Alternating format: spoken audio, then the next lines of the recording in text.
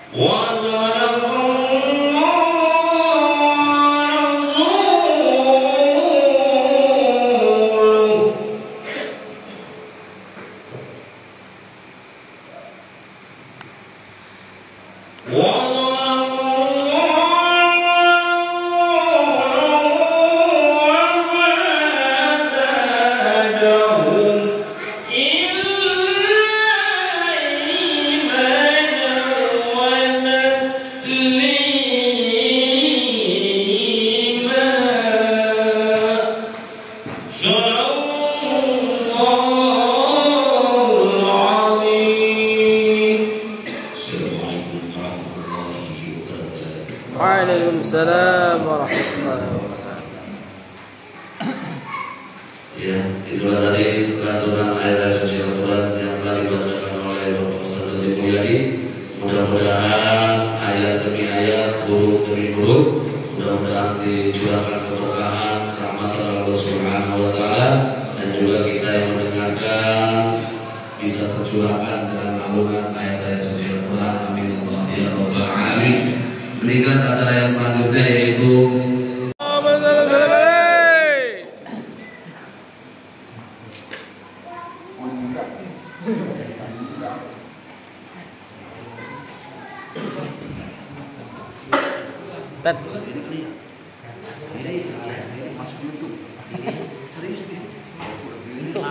Ini ngomong itu.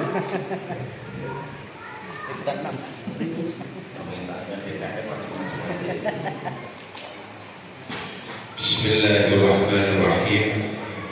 Assalamualaikum warahmatullahi wabarakatuh. Waalaikumsalam warahmatullahi wabarakatuh. Alhamdulillah. Alhamdulillahilladzi hadana li hadza wa ma kunna linahtadiya laula an hadana Allah. Asyhadu an la ilaha illallah wahdahu la syarika lah wa asyhadu anna Muhammadan abduhu wa rasuluh. Allahumma shalli wa sallim wa barik ala sayyidina Muhammadin wa ala alihi wa sahbihi ajma'in, amma ba'du. Yang saya hormatin para ustaz, yang saya hormatin ketua DKM beserta jajarannya, saya hormatin paguyuban beserta pengurusnya, saya hormatin para sesepuh Renviuna Kuripan, yang saya hormatin jamaah semuanya yang dirahmati Allah Subhanahu wa Ta'ala. Puji dan syukur marilah kita panjatkan kepada Allah yang Maha Ghafur. Insyaallah di malam Jumat ini Allah mengampuni dosa-dosa kita semua. Shalawat dan salam marilah kita curahkan kepada junjungan Nabi besar Muhammad sallallahu alaihi wasallam. Hadirin, malam hari ini adalah malam Jumat. Keistimewaan malam Jumat yang begitu agungnya, wabil khusus kepada umat Rasulullah SAW. Namun di malam Jumat malam hari ini adalah pas malam kelahiran baginda Nabi Muhammad sallallahu alaihi wasallam. Pada tausiah singkat ini mungkin saya nggak panjang lebar karena habis ini saya harus pindah lagi ke negeri yang di seberang sana. Jadi nggak perlu lama-lama. Hadirin, Rasulullah Sallallahu Alaihi Wasallam mempunyai keistimewaan lain daripada yang lain kalau dibandingkan dengan para nabi dan rasul yang terdahulu. Coba kita melihat sepintas keistimewaan Rasulullah. Keistimewaan Rasulullah itu terbagi atas dua termin. Termin yang pertama itu adalah keistimewaan Rasul sebelum Rasulullah diwahyukan oleh Allah, sebelum menerima wahyu. Berarti kalau Rasulullah sebelum menerima wahyu dari kandungan sampai itu lahir, berjalan sampai umur 40 tahun itu baru menerima wahyu. Dari lahir bayi yang baru lahir dari rahim sang ibu yaitu Siti Aminah radhiyallahu anha sampai ke 40, menginjak ke 40 tahun, itu yang disebut dengan ilhas. Kelebihannya Rasul tatkala sebelum menerima wahyu itu yang disebut dengan ilhas. Setelah 40 tahun sampai Rasulullah SAW wafat, itu disebut dengan mukjizat. Jadi kita bisa lihat keutamaan pada waktu ilhas itu diantaranya apa aja, dan keistimewaan pada waktu Rasul menerima mukjizat itu apa aja. Mungkin kalau diceritakan sekian lama nggak tuntas, jangankan sehari semalam, 1-2 bulan, 1-2 tahun nggak kelar. Begitu banyaknya peristiwa-peristiwanya istimewa pada Nabi Muhammad SAW. Di sini saya cuma memberikan suatu gambaran satu atau dua tentang ilhasnya Rasulullah SAW. Tatkala Rasul dilahirkan dari rahim sang ibu Siti Aminah,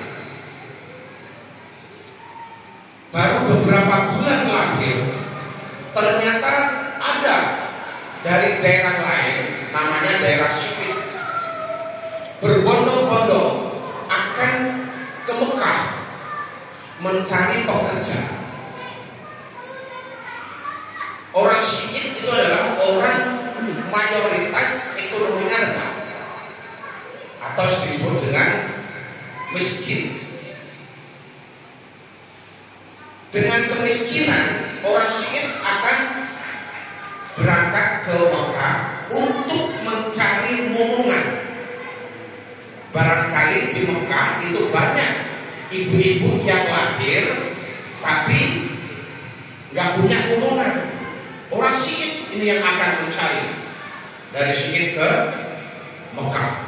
Ya, kurang lebih kalau misalnya dari sini orang dari Cirebon atau orang Tegal atau orang Semarang datang ke Bogor, misalnya Rasulullah ada di Bogor, itu naik onta. Perjalanannya naik onta, berjam-jam lah dalam perjalanan. Pada waktu berangkat, ternyata rombongan tersebut satu onta itu dinaiki dua orang, yaitu suami istri. Begitu banyak rombongan yang berangkat dari Sikit menuju ke Mekah. Di situ ada di tengah-tengah namanya Halimatus Sa'diyah. Halimatus Sa'diyah sama suaminya naik onta. Onta yang dinaiki kebetulan onta yang kurang sehat. Maaf, ontanya mencret-mencret, sehingga diselit sama rombongan yang lain. Setiap ngelit nanya saya, kenapa ontamu nggak tahu ini onta saya kok buah-buah air besar. Ya udah sabar ya, saat dia nanti akan nyampe juga. Terus diselit. Setelah rombongan sudah dapat semuanya, udah nyampe di Mekah, dapat ngomongan, baliklah. Di pertengahan jalan ketemu lagi sama Sa'diyah, karena Sa'diyah belum nyampe di Mekah karena untanya yang kurang sehat. Setelah nyampe di Mekah, Halimatus Sa'diyah mencari-cari, ternyata rombongan sudah tidak ada. Sudah dibawa semua dengan rombongan-rombongan yang terdahulu. Kemudian Halimatus Sa'diyah itu bertemu dengan orang tua.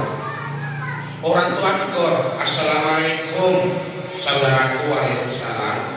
Apakah saudaraku mau mencari momongan? Iya Pak. Tapi di sini sudah habis saudaraku. Tinggal satu-satunya yang belum diambil karena ini adalah anak yang baru lahir, orang tuanya dalam keadaan miskin, tidak mampu untuk menggaji yang momong. Halimatus Sa'diyah menjawab, tidak apa-apa ya Bapak, saya tidak digaji, tidak apa-apa. Yang penting saya pulang membawa momongan, nanti sampai di rumah rasa malu saya hilang karena saya bawa momongan walaupun saya nggak digaji. Masya Allah. Ternyata ilhasnya Rasulullah disitulah timbul.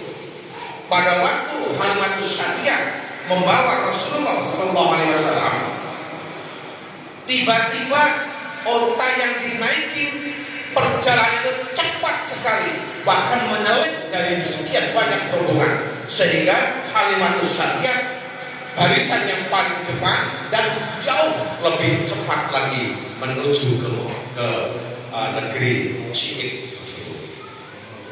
Subhanallah. Allahumma sholli ala sayyidina Muhammad. Hadirin, setelah Halimatus Sa'diyah nyampe di Syi'id, nyampe di rumah, tiba-tiba nurnya Rasulullah memancar. Masya Allah, kepala kita langsung merinding. Kalau udah cerita, maaf, saya pernah mimpi bahwa apakah itu nurnya Rasul atau bukan. Tapi saya punya anggapan, demi Allah, saya nggak pernah ada di rumah Fiona. Saya baru tempat kira-kira sebentar, hitungan itu berapa bulan. Tiba-tiba di malam hari, seolah saya melihat itu adalah nurnya Rasul putih, begitu dasarnya itu. Tapi saya tak ekspos tentang itu, bahwa maklum, karena saya masih takut tentang hal itu. Nurnya Rasul itu telah memancar sampai tembus ke langit. Nurnya Rasul yang memancar, rombongan yang membawa bayi orang Syi'id dari Mekah tadi yang tertinggal oleh Halimatus Sa'diyah itu melihat, ya Allah ya Rabb, itu di atas rumahnya Halimatus Sa'diyah itu ada nur yang menjulang tinggi.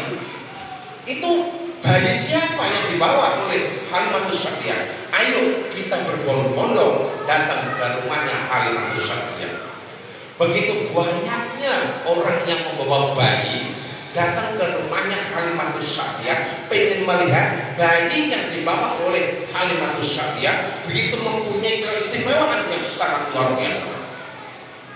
Hadirin, setelah masuk ke rumah Halimatus Sa'diyah satu demi satu, Halimatus Sa'diyah untuk menyuguhin tamu-tamu yang datang itu tidak bisa. Karena apa? Gak punya. Buat suguhan itu gak punya. Akhirnya Halimatus Sa'diyah naruh itu model ember, yang ada airnya, nanti tamu itu kalau mau minum dari situ. Setelah airnya sudah habis, ember kosong. Setiap orang yang menggendong ya Halimatus Sa'diyah, coba saya pengen menggendong itu anak yang kamu asuh, digendong. Habis menggendong itu diisilah ember berupa dinar. Sekian banyak orang yang menggendong Rasulullah SAW, ember yang isi dinar semakin melimpah, sehingga Halimatus Sa'diyah menjadi kaya raya. Masya Allah, Allah masih ada sini. Begitu keistimewaannya Rasulullah. Ini yang disebut dengan Girhas. Baru lahir bayi sudah ada Girhasnya. Setelah dewasa, menginjak remaja, Rasulullah ikut berdagang sama Sayyidah,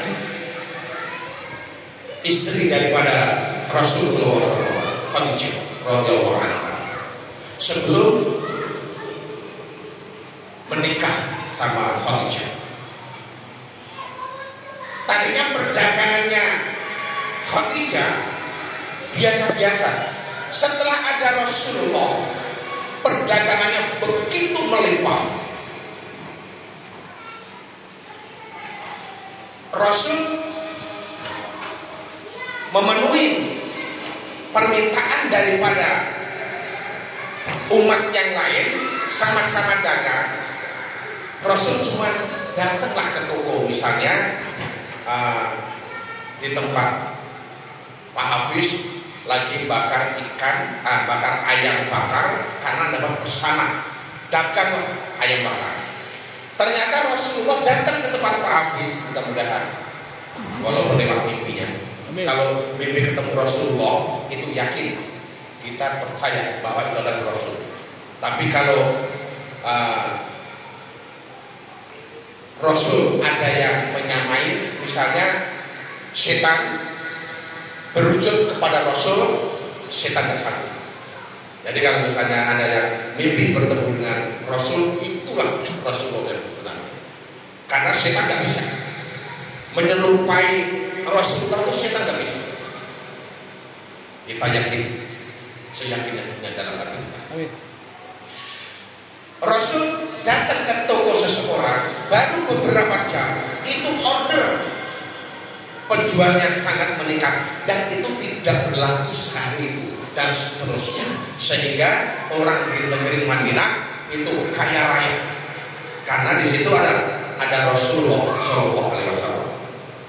Hadirin yang berbahagia, ini adalah irkas, sehingga Rasulullah Shallallahu Alaihi Wasallam menikah dengan Sayyidah Khadijah radhiyallahu anha tatkala Rasul umur 25 tahun. Berarti Rasul belum menerima wahyu, karena menerima wahyunya itu umur 40 tahun.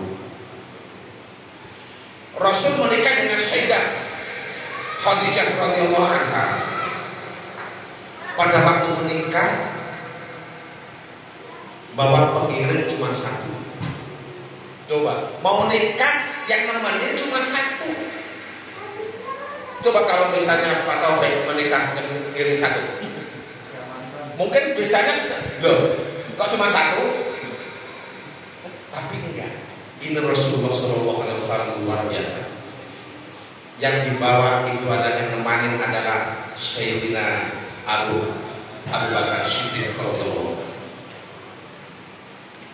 Sayyidina Abu Bakar Siddiq menemani Rasulullah, dan disitulah sebagai saksi.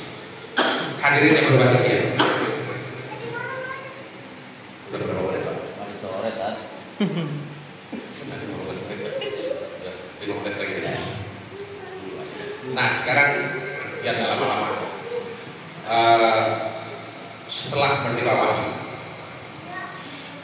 menerima wahyu, Rasulullah Shallallahu Alaihi Wasallam dinobatkan, diberikan suatu keistimewaan yang berupa mukjizat.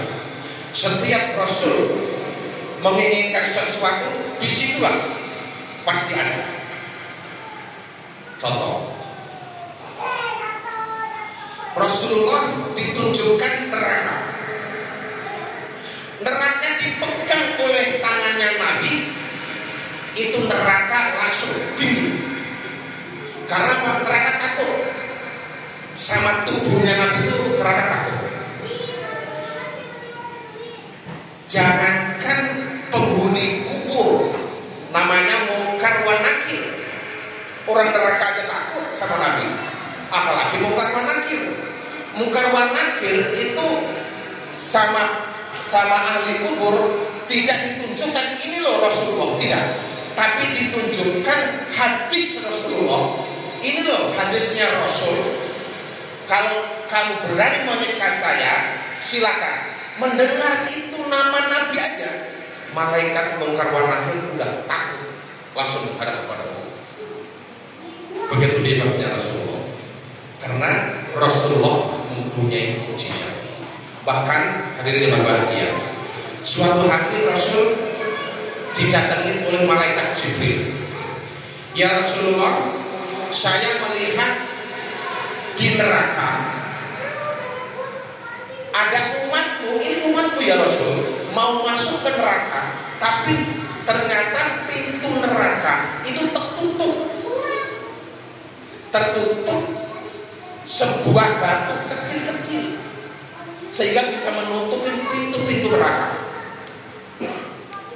Saya heran ya Rasul, ini umatmu yang mana? Apa yang diperbuat umatmu sehingga bisa menutup pintu neraka tersebut? Rasulullah melihat bahwa ini adalah Fulan bin Fulan. Didatanginlah, kebetulan masih hidup di zamannya Rasul. Didatangi, ya Fulan,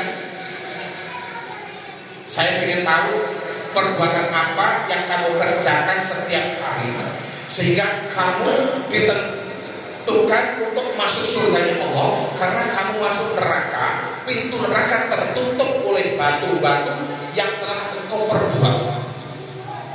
Kata fulan dan fulan tadi, ya Rasul, sesungguhnya saya kecil sekali perbuatan saya, ternyata dampaknya, manfaatnya begitu besarnya ya Rasul. Perbuatan apa yang fulan? Ya Rasul, setiap saya, ini maaf ada yang bawa tasbih, kebetulan saya ketinggalan.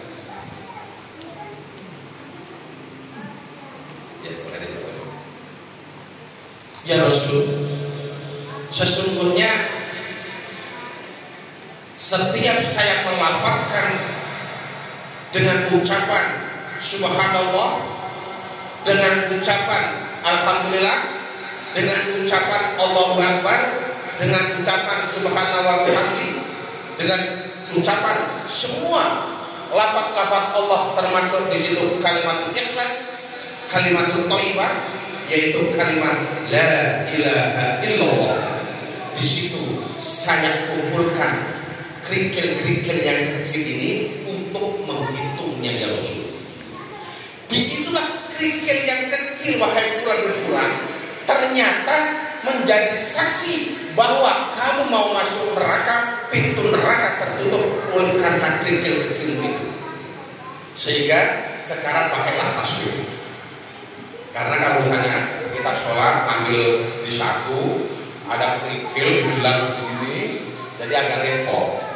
Dengan ada tasbih inilah jadi untuk memperingan dalam pikir kita kepada Allah Subhanahu wa Ta'ala. Ini sepintas saja tidak berbahagia. Ternyata mukjizatnya Rasul itu langsung pada waktu itu para sahabat dan para umat Rasul, zamannya Rasul masih bersama-sama, itu sama-sama melihat itu mukjizatnya Rasulullah Sallallahu Alaihi Wasallam. Allahumma sholli wa sallim wa barik alaihi. Hadirin berbahagia, mungkin di sini dulu ya apa yang telah saya sampaikan. Insya Allah lain waktu bisa disambung lagi dengan mukjizat-mukjizat yang lainnya. Begitu banyak yang ditampakkan oleh Rasulullah Sallallahu Alaihi Wasallam, baik itu kepada para sahabatnya, para umatnya, dan kepada orang-orang yang memusuhi Rasul, yaitu orang-orang kafir Quraisy. Di situ begitu banyak mereka melihat mukjizatnya Rasulullah SAW, termasuk orang kafir Quraisy itu bulan, matahari itu suruh menghadirkan di hadapan Rasulullah SAW. Insya Allah itu nanti lain waktu kita sambung lagi. Mudah-mudahan Allah Subhanahu wa Ta'ala senantiasa selalu memberikan rahmat, taufik serta hidayah kepada kita semuanya, sehingga kita teguh dan yakin kita selalu cinta kepada Rasulullah Sallallahu Alaihi Wasallam. Allahumma sholli ala sayyidina Muhammad wa ala ali sayyidina Muhammad wa billahi taufiq wal hidayah. Wassalamualaikum warahmatullahi wabarakatuh. Waalaikumsalam. Ya, alhamdulillah itulah tadi tausiah agama yang tadi dibawakan oleh Bapak Ustaz Ahmad Sunarto. Mudah-mudahan apa yang beliau sampaikan tentang sejarah Nabi Muhammad SAW, ya, tentang mukjizat dan wahyu dan segalanya, mudah-mudahan kita selalu mengingat Rasulullah SAW dan kita selalu bersolawat untuk beliau, biar harapannya semoga kita selalu mendapatkan syafaat dan pertolongan dari Nabi besar Muhammad SAW. Amin ya Allah. Amin. Untuk yang terakhir yaitu membaca doa, insyaallah akan dipimpin oleh Bapak Ustaz Dodi. Kepada beliau waktu dan tempat kami persilakan.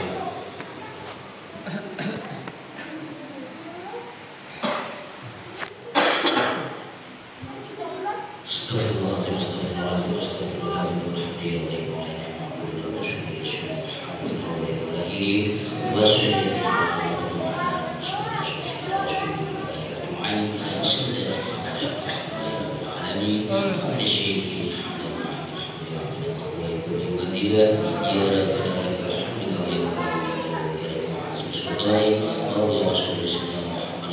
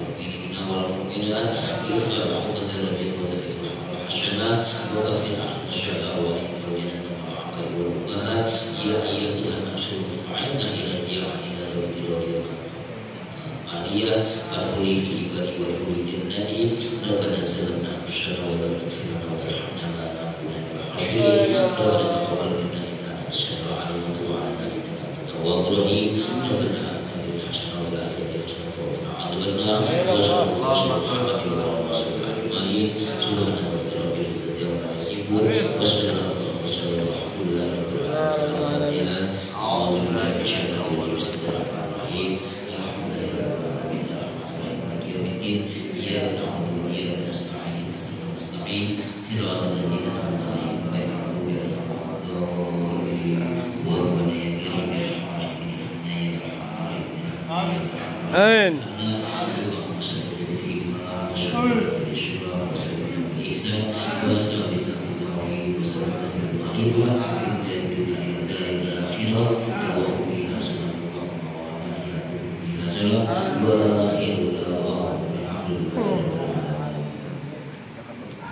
Ya, alhamdulillah acara malam Jumat pada malam hari ini alhamdulillah telah selesai dari awal hingga akhir, dari telah ditutup dengan doa.